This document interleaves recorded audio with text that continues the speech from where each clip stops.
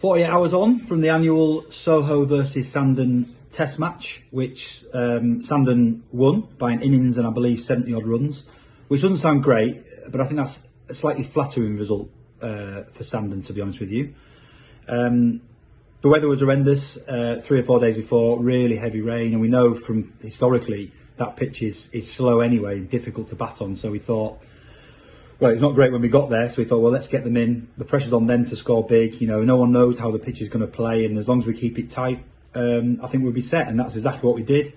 You know, the opening spell of bowling from Phil and Malik was superb. The ball was keeping low, it was coming up, and they just couldn't get it away. And I think we kicked off in absolutely the right way, and the spirit in the field was superb. The effort, every ball, the concentration to the very last ball as well, I've got to call out. 73 overs, I believe we spent in the field, which is double what we normally do. And we couldn't ask for anything more. We put the absolute effort in. As I say, unfortunately, the loose balls got dispatched, and that's probably what did for us in the end. But a great effort in the field. You know, a couple of chances went down, but certainly no easy ones. You know, Dan March got one fired to him, I believe it was, by Simeon in the covers that any other day would have stuck in the hands, and that time it bounced out. Unfortunately, that's just what happens. And Zahir and Simeon went on to get a 50 each, which unfortunately we weren't able to do. But some great efforts, you know. Shout out to Colin Grad.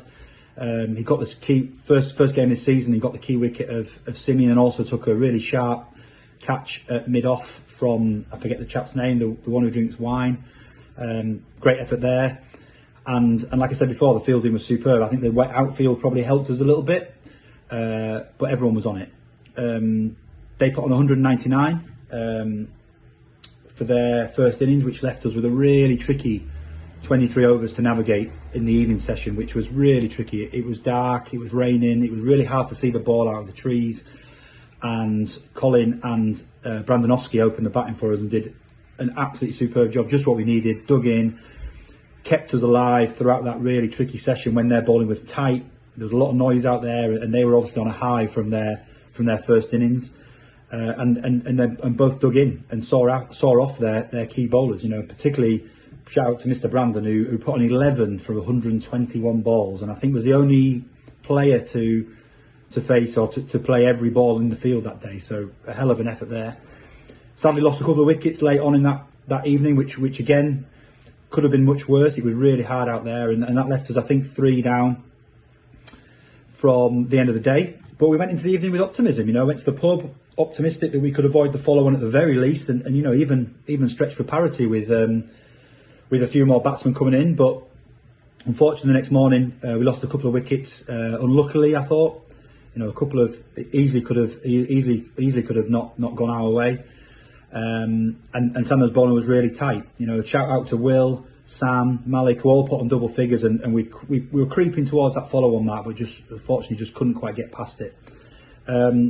Which left Sandon with the choice to either make us go back out or follow on. They decided to make us follow on, which was probably the correct decision, and that's Test cricket. And then I think probably the less said about the second innings, the better. We were all extremely tired from a rough night's sleep in the weather in the pavilion, and hangovers and various other things. And I think, you know, by that stage, I think unfortunately the game had got away from us. But that, it is what it is. And like I said, I don't think that scoreline is particularly fair given the effort and the difference between the two teams. But a great weekend. Our bond with Sandon gets stronger. I really enjoyed it. It was great to see everyone again after what feels like such a long time, and just to have a laugh and a few drinks. If only the weather was a little bit better. It wasn't particularly July-esque, but such is life. And we go again. And I tell you what, the Sussex weekend is coming up. I've learnt a lot of lessons as captain. I hope I did everyone a decent enough job. I don't think we did a lot wrong. I don't think we could have done much more. I think everyone was on it.